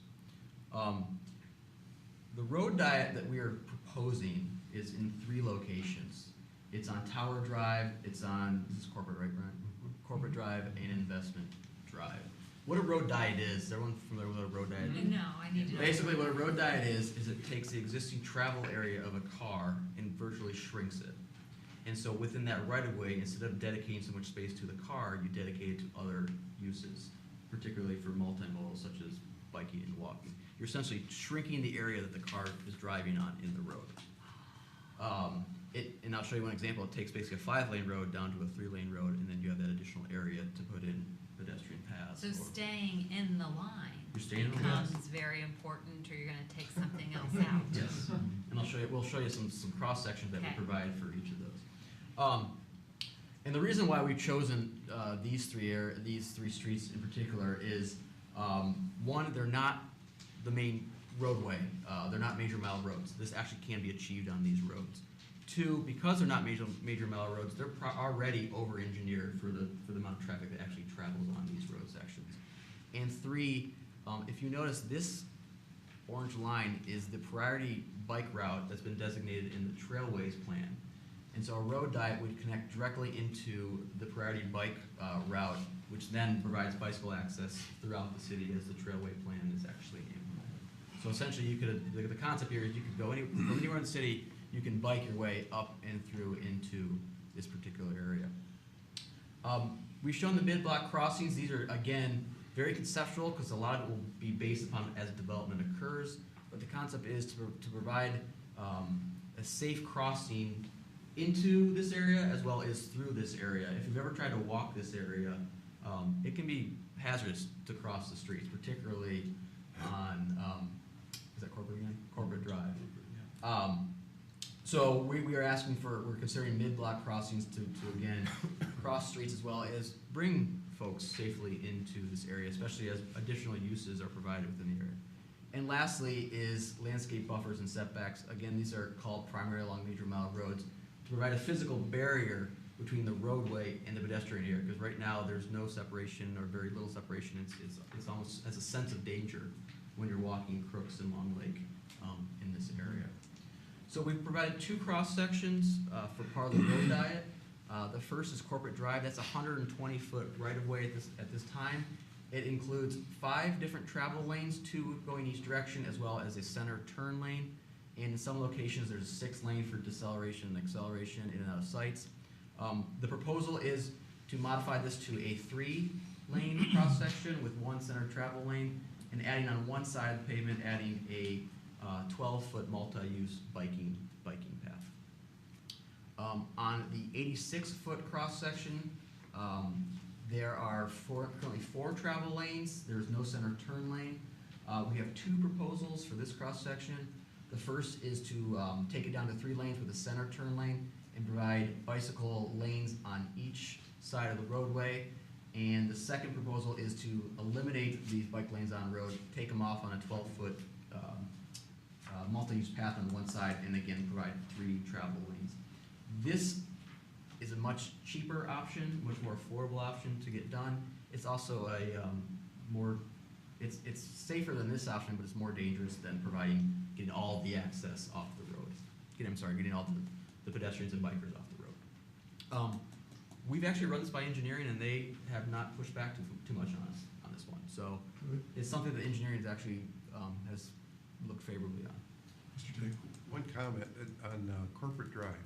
When Flagstar lets out at 5 o'clock, the traffic is backed up well past my building, and it's 2 lanes, and I don't know if there's something that can be considered at certain times of the day if center turn lane becomes a one-way travel or something, but either that or we at least need to think about that before we roll this out, because I think we'd get a lot of pushback if it went from 2 lanes dumping onto either the freeway or going northbound on Crooks. Well, when we rolled this out, we thought we were not, personally, I was not concerned about the city accepting this, the planning commission, even the city council. I was more concerned about how the corporations and the businesses up there are gonna accept this. So this is something we know we gotta roll this out and get. Because a lot of those office buildings right now are vacant, Right. you know? I mean, so if they get populated, at 5 o'clock is gonna be crazy. It's gonna be nuts. Well, Well, just a consideration. we definitely need to share this with them. That's kind of why we had that separate forum with each subgroup coming up scheduled. I just wanted to say that, yeah, if you're looking to bring in residential and you want to bring in more restaurants and you want to bring in retail and you want to grow this area, and then you talk about shrinking the streets, it could just become problematic. I mean, beautiful, great idea, but you don't want to create unnecessary traffic situations. To achieve a lot of the goals that we've talked about here, the mixing of uses, creating a sense of place, creating a city center kind of term that Mr. Trent, it's very difficult to achieve it on a road section that's 120 foot wide. You really need, something's gotta give. You either need to provide other ways to engage in the place through walking and bicycling, or you will not achieve that kind of mix of uses, residential components in this area. You don't encourage the pedestrian as well as the biker. Is engineering on board? Yeah, they reviewed it and I'll tell you the biggest problem I think we have, in my personal opinion, is we have these long red lights and long green lights, and their traffic is just going like bat out of hell. I don't care what we do. The Crooks Road is a really bad road. My office building now is backing up like mad in front of my office building. Now, that's from Maple all the way to Big Beaver. It really is horrendous. They've got to do something to slow down that traffic. The traffic signals are too long, in my opinion. But I know that, we had a traffic study engineer, we had the doctor, what was his name? That we had. That was here? Abraham. John Abraham. Yeah, Abraham, yeah, and that's when he changed it. He made it longer. But I think that was wrong, because Big Beaver, as you know, you can't cross. And I think we're gonna have the same thing with Crooks Road. Right. We don't do something to slow down that traffic, and I think you're right. Let me hear from Mr. Tagle now, please. Thank you. I wonder if we thought about really separating the pedestrians and the bicyclists from the roads. Now, that's not to say let's slow the roads down with some type of calming devices in the roads, but let's maybe make the circulation more internal to get it away from the road, so we could maintain a wider road for automobile traffic at those times where offices are opening up, but the pedestrians and the bicycle paths could maybe be more internal. I don't know if that would be worth taking a look at. We don't have one road in Troy that has those type of bike paths. And I'd sure like to see us pilot one of those. because it's not an expensive change. Yeah, the only issue that may come of this, if we reduce the capability of the roads, and predominantly we're talking about offices right now, we may be causing you know, as Karen said, a kind of a mess. And I'm just wondering, maybe in this area, try to separate so that we can leave the volume of traffic there, but still create places and paths for. What happens with just reduction of speed limits? Well, I think it's more volume. It's not so much how fast the car, I mean, I think there's calming devices that we can slow the traffic down during the non-peak hours. But at 5 o'clock at night, you know, once those office buildings start to get filled again, because right now, just with Flagstar itself, with 2 lanes dumping out onto Crooks there, it backs up. But we're also hoping some of those office people don't immediately vacate the city either. Okay. Mr. Shepherd. I have a question. I'm kind of confused on the bike lane proposition. When I served on the traffic committee, I think it was Mr. Abrams, a traffic engineer at the time. I asked him why the sidewalks along the main drags had to be so wide, and he said if there's 2 bikes, they can pass each other on the sidewalk without hitting their handlebars. So if we could still keep the bikes in a safer position, I like to ride bikes, and riding on the street can be a dangerous thing. If we can, is it not legal to ride them on the sidewalk? If we have say 8-foot sidewalks, have them for bikes and not take away from the roads. That's my question. I don't know the legal ramifications of that, but I know Ferndale has tried it on Hilton Road and some of the other roads, and they've run into some real problems with making the bike lanes because they've cut it down to 1 lane in each direction from 2 lanes in each direction, and it's so I just wondered if it was legal just to have wider sidewalks and keep those bikes safer, keep the people safer, and keep them off of the streets.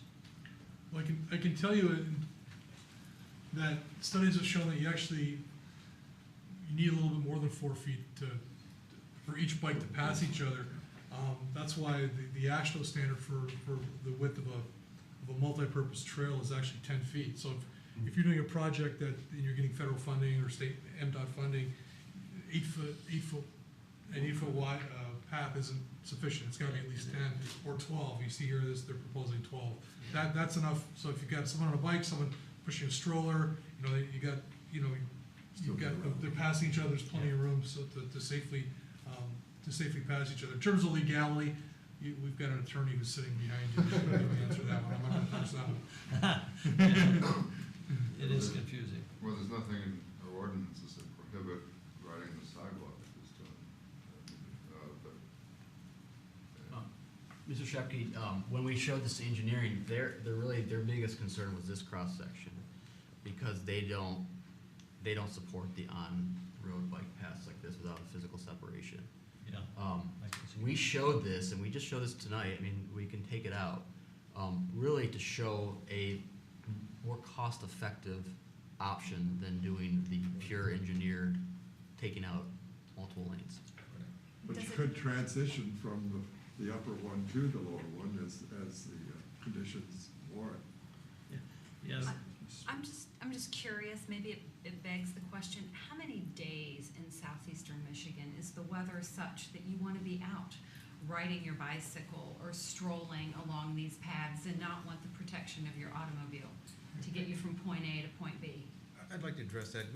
I was on the trail committee, and we had a lot of avid bikers as part of that committee. We had 120 people. I would say there was avid people, like 10 hardcore bikers. They bike year-round. They don't care if it's sleeting. They go from here. This one guy every day goes from Troy to downtown Detroit and back on Woodward and other streets. There are bikers that it doesn't bother them. It just, if you really know bikers, they're out there. But are they a big enough demographic in this city to justify the expense of what's being proposed here, even though it's very forward-thinking? And Atlanta does it. We don't have Atlanta weather. I understand that. But let me just follow up real quick. Birmingham does it. The thing is, it's partially, if you build it, they will come.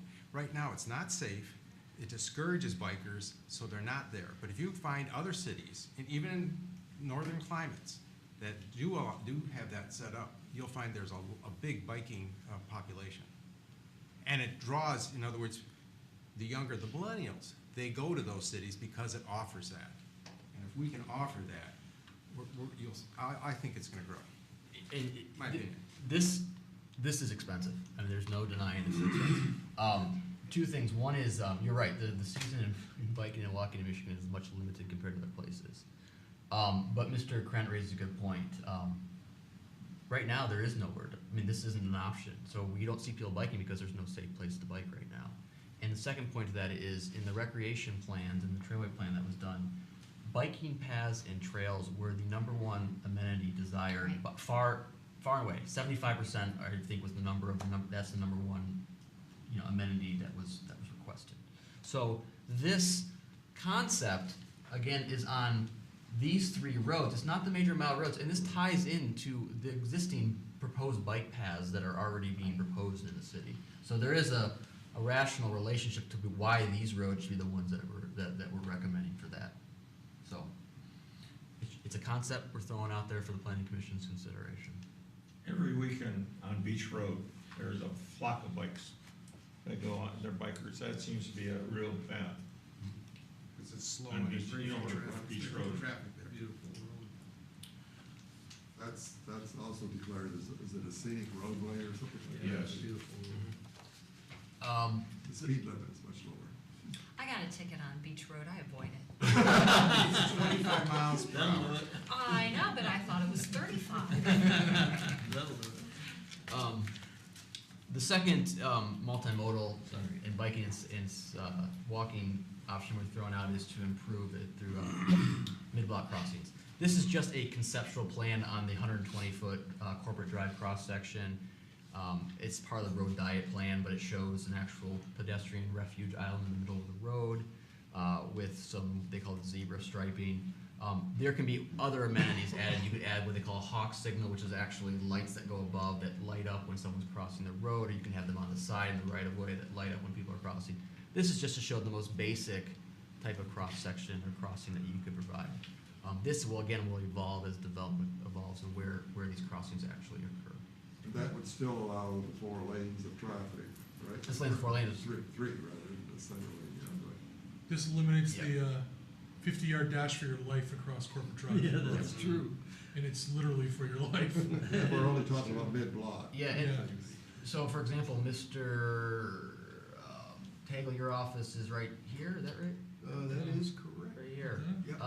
And the marketplace is this location, the Red Robin's right here. I mean, we were proposing crossing right at your office building to get to, I like not that idea. just for you. But this is a big employment. Next week, Johnson. This is a big employment area, and It is. so, for example, we should build the crossings where people are.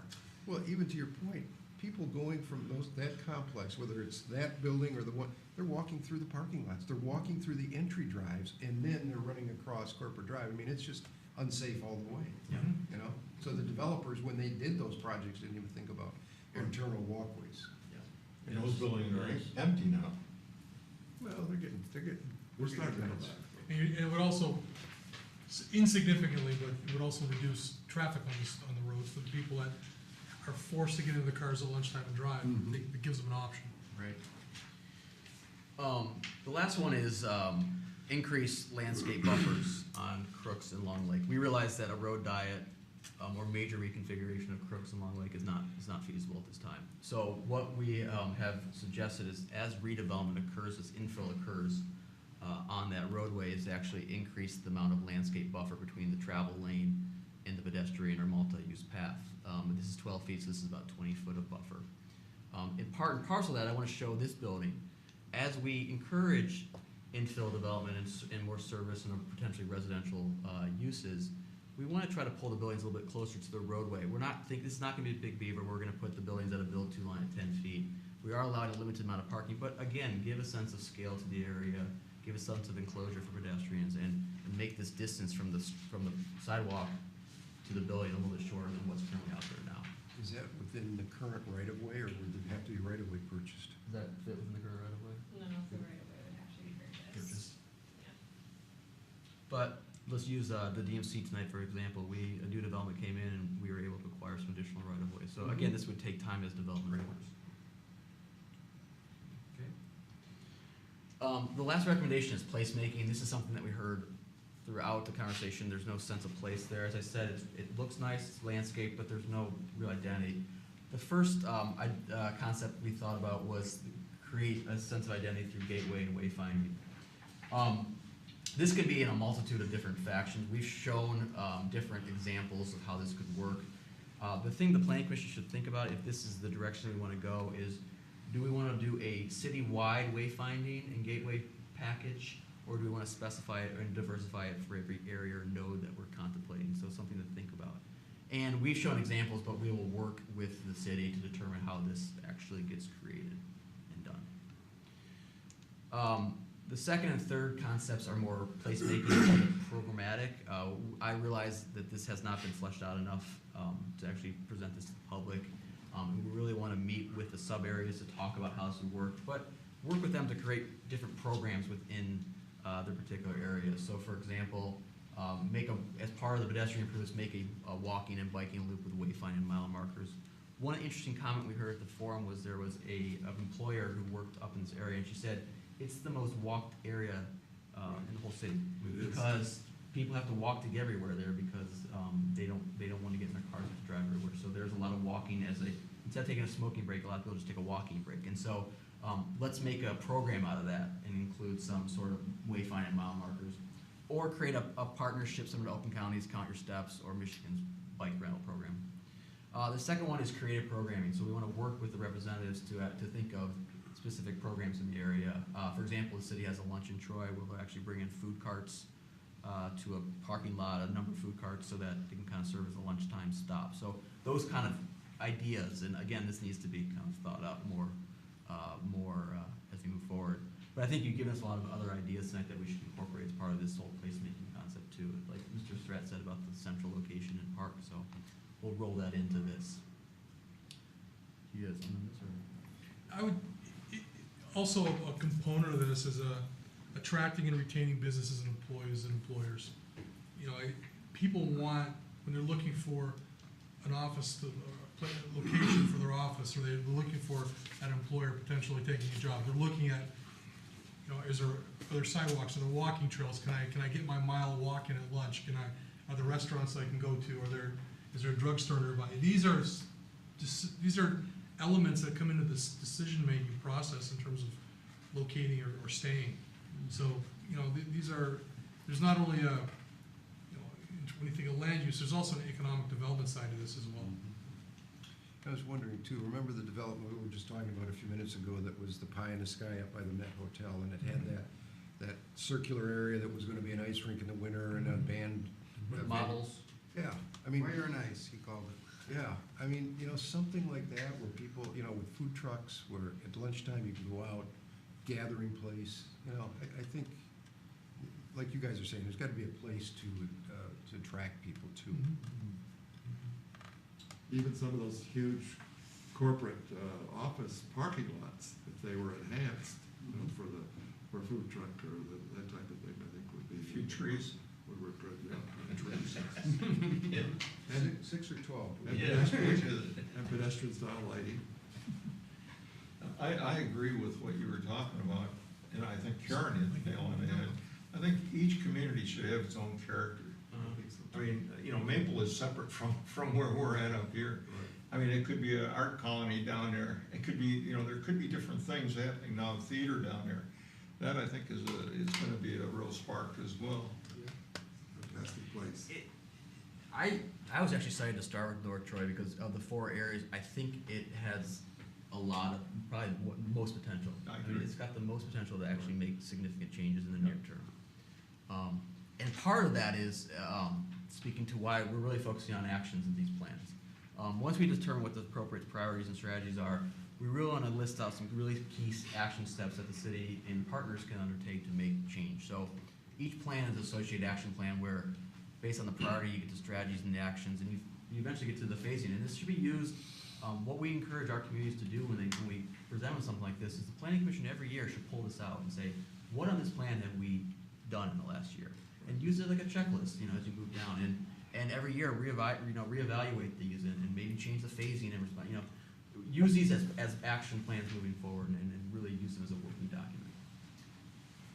Just Ben? Oh, I'm sorry.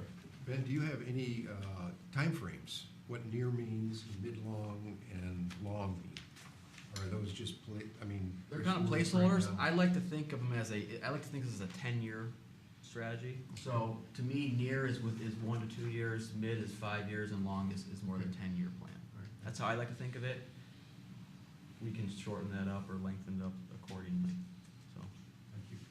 Just one other thing, that I had the privilege to attend the Citizen Planner Leadership Academy up at East Lansing, and their focus this year was on blue assets, blue meaning water. And I know Troy doesn't have any large rivers, but I think the city has already done a big improvement with the habitat, opening the drainage and things like that. I'm just wondering if the master plan update should really encourage those type of features even within districts. If it, buildings can do water features. It doesn't have to be a river, but they are attractive assets for people to walk to. We had, when we had the students at LIT, there is a river actually that is underground, partially underground, that goes underneath Stevenson Highway, south of Maple. And if that were opened up, just like they have in Texas, there's a lot of activity that could be. And you're absolutely right. Water is really a unique feature. A lot of those light industrial buildings that are back in there could actually be featured. It really promotes economic development. But there is water. Okay, any other comments or questions on this? Okay, I think we're ready to. Do you guys need any more direction? Looks great. No, I think we got good feedback, and we'll keep bringing these forward, changes as we go along. So. Next item is number 11, public comment for items on the current agenda. See no one in the audience wants to comment. We'll get to planning commission comment. And so let's start with you, Mr. Shutkin. I'm really excited about Field and Stream moving in where Circuit City used to be at Oakland Mall. That building has been going downhill and downhill. And I think that when you have blight like that next to a big retail facility like Oakland Mall, it's just like a poison that's going to leach into the other retail. And to see something as viable as Field and Stream going in there with as much, when you're going down I-75, people are liable to turn off because they see that building there. They've never been to one or something. I think that this is gonna be a tremendous draw. And I'm just so excited. I worked on Sears when that was a sod farm out there, and I worked on Hudson's when I worked on constructing a lot of that mall, and to see it go downhill, it broke my heart, and to see it coming back like that, it's thrilling. It's absolutely thrilling, and the city of Troy has it. And there's so many neat things happening in this city. It really makes you feel good to be and proud to be living in Troy. Thank you. Ms. Cruz? I just want to say this little master plan, North Troy thing, is absolutely awesome. I couldn't read it on the computer. It's exciting, and if we really can take some of these areas and develop it in the ways that Mr. Krent showed us in Atlanta and some of the proposals that are in here, Troy will just beat the zip code. Thank you. Thanks, appreciate it. Thank you. Thank you. Mr. Stratt? I want 16 trees. Too late, you blew it. That's it. Mr. Tagle? Is there any upcoming meetings scheduled with our body and council? We saw one there. Yeah, but That's down way the in road. December, right? Not formally, no.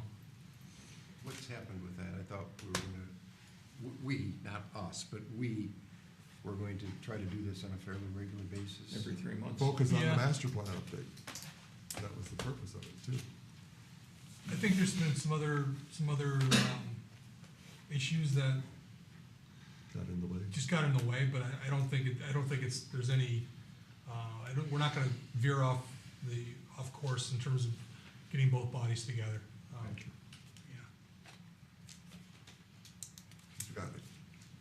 Just a comment about bringing some of this for public input to the high schools. It's interesting that one of the things that currently is in transition is testing, and one of the things related to testing is an outfit called Smarter Balance, and they're arguably going to be used for all of our testing.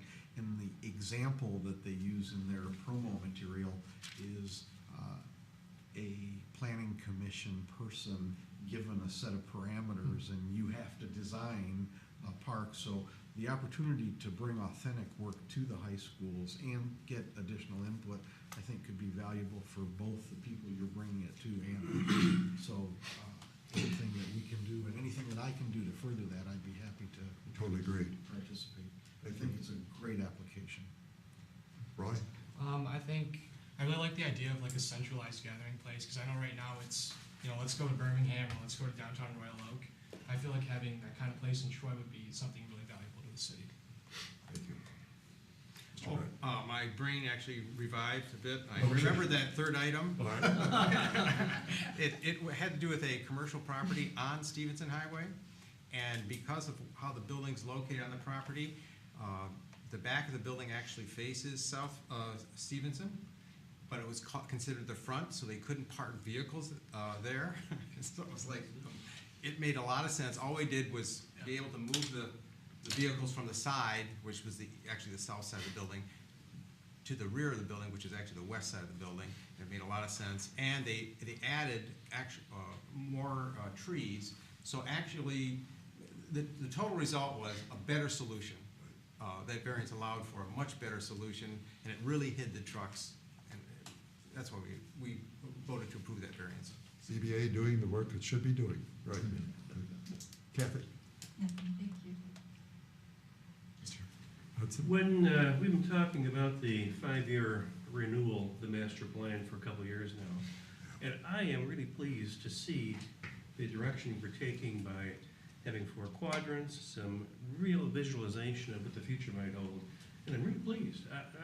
I figured maybe a topical approach was what we're gonna have, change a few paragraphs, but I'm really pleased. I think it's a great way to go. Yeah, it's a pretty thorough undertaking, really is. Mr. Carlisle? No comment. Mr. Savitt? Really nice job on the graphics, Alex and Ben. Really, Yes. really good job. It's very, very easy on the eyes. I can finally read this. I couldn't read it on my computer, so this is I great. couldn't either. Mr. Bonsi? No comment, thanks. No further comment, then we are adjourned. Thank you. Very good.